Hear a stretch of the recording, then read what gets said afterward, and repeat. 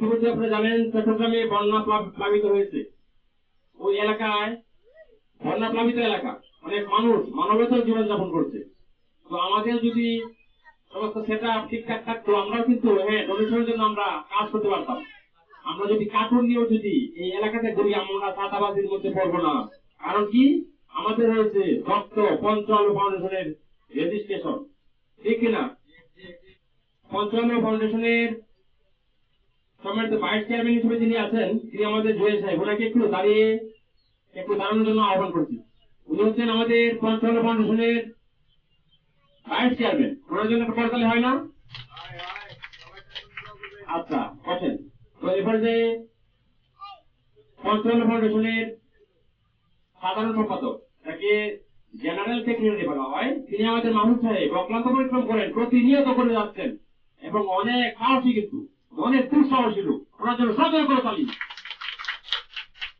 আমাদের মধ্যে আরো রয়েছেন, আপনারা আসলে বিশ্বাস করতে পারবেন না, আমরা আসলে কাদেরকে নিয়ে শুরু করেছি। আমরা নিজেরাই কি বললাম না, আমাদের তো শুরু হচ্ছে সোনার তাবিজ বুকে দিয়ে নয়, আমার শুরু হয়েছে পান্তা খাওয়ার মধ্য দিয়ে। তারপরে আমরা এই বাংলায় দেখিয়ে দিতে চাই আমরাও পারিব না এ কথাটি বলিও না। আর কেন পারিবে না তাহা ভাবে একবার কবির একটা লাইনের মধ্যে দিয়ে কিন্তু একটা মানুষের জীবন পরিবর্তন করা যায়। আপনারা বিশ্বাস করেন এটা? আমরা সেটাকে বিশ্বাস করানোর জন্য এই যুগ্ম হিসেবে পঞ্চান্ন ফাউন্ডেশনের সমস্ত কর্মীকে আমরা যুগ্ম হিসেবে গড়ে তুলবো।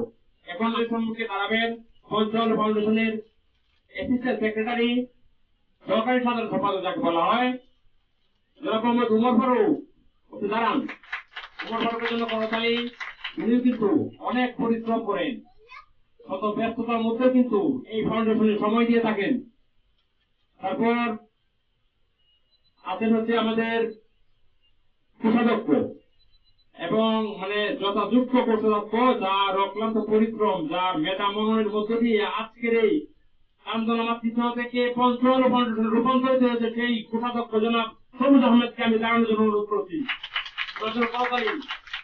উনি কিন্তু অক্লান্ত পরিশ্রম করেন। তারপরে যারা রয়েছেন তাদের কিন্তু আমরা চিনি না, জানি না। আমাদের কিন্তু মেম্বার রয়েছেন, কেন্দ্রীয় কমিটির যিনি মেম্বার রয়েছেন, তিনি আমাদের কেয়াবাবি রয়েছেন। কেয়াবাবিকে আমি দাঁড়ানোর জন্য অনুরোধ করছি, উনি কিন্তু আমাদের মেম্বার। ওনার জন্য করতালি সবাই। তো এ পর্যায়ে রয়েছেন আমাদের আরেকজন মেম্বার রয়েছেন ফজলি খাতুন। ফজলি খাতুন যে আমাদের সাধারণ সম্পাদকের যিনি সহধর্মিনী, তিনিও কিন্তু অনেকভাবে চেষ্টা করেন যে এই প্রতিষ্ঠান এগিয়ে যায়, সেজন্য আমার থেকে হলেও কিছুটা সহযোগিতা করেন। এভাবে কিন্তু এবার মুর্শেফা খাতুন, উনি কিন্তু আমাদের এই কমিটির মেম্বার। ওনাদের সহযোগিতা করতালি সবাই একসাথে। তারপরে রয়েছেন ফজিলা বেগম। ফজিলা বেগম জানেন না হয়তো, উনি যে মেম্বার, উনি কিন্তু আমাদের এই পঞ্চান্ন ফাউন্ডেশনের একজন মেম্বার। এরপরে রয়েছেন হচ্ছে জোহরা খাতুন। জোহরা খাতুন রয়েছেন, উনি কিন্তু পঞ্চান্ন ফাউন্ডেশনের মেম্বার।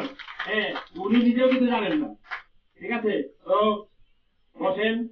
পরিচিতি আমরা করিয়ে দিলাম, পরবর্তীতে যদি আমরা আলোচনা করি তাহলে কিন্তু আপনারা কিন্তু কেন্দ্রীয় কমিটির মেম্বার। আপনারা জানেন কেন্দ্রীয় কমিটির মেম্বার। এই যে একজন চেয়ারম্যান নির্বাচিত হয়েছে, একজন অ্যাসিস্ট্যান্ট সেক্রেটারি নির্বাচিত হয়েছে, একজন ভাইস চেয়ারম্যান নির্বাচিত হয়েছে, এটা কিন্তু সিলেকশনের মধ্য দিয়ে হয়েছে। কিন্তু পরবর্তীতে প্রতি 2 বছর অন্তর কিন্তু এই কমিটি চেঞ্জ হয়। আপনি কি জানেন? জানেন না, আপনাদেরকে জানতে হবে, আপনাদেরকে একটু অ্যানালাইসিস করতে হবে। আপনারা অন্যান্য ভিডিওর পাশাপাশি আপনারা আমার বিনীতভাবে অনুরোধ থাকবে, ইউটিউব বা ফেসবুকে ফাউন্ডেশন মানে কি, ফাউন্ডেশন কিভাবে কাজ করে, কিভাবে কাজ করলে মানুষের কল্যাণ হয়। আপনারা জানেন আল্লাহ পাক রব্বুল আলামিন আমাদেরকে আশরাফুল মাখলুকাত সৃষ্টির শ্রেষ্ঠ জীব হিসেবে এই পৃথিবীতে প্রেরণ করেছেন। আমাদের কি করে দায়িত্ব রয়েছে না? আমাদের অনেক দায়িত্ব রয়েছে।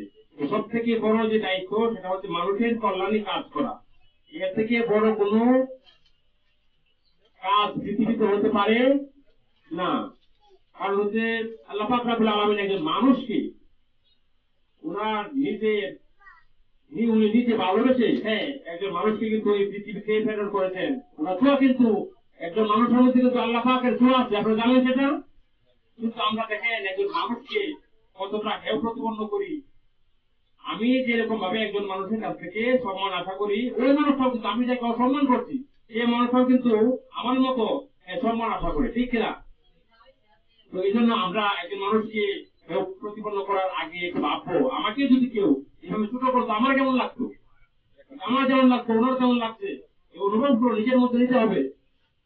কারণ আমরা হচ্ছে এখন কি, আমরা সবাই কি মানবাধিকার কর্মী, আমরা কি মানবাধিকার কর্মী। আমরা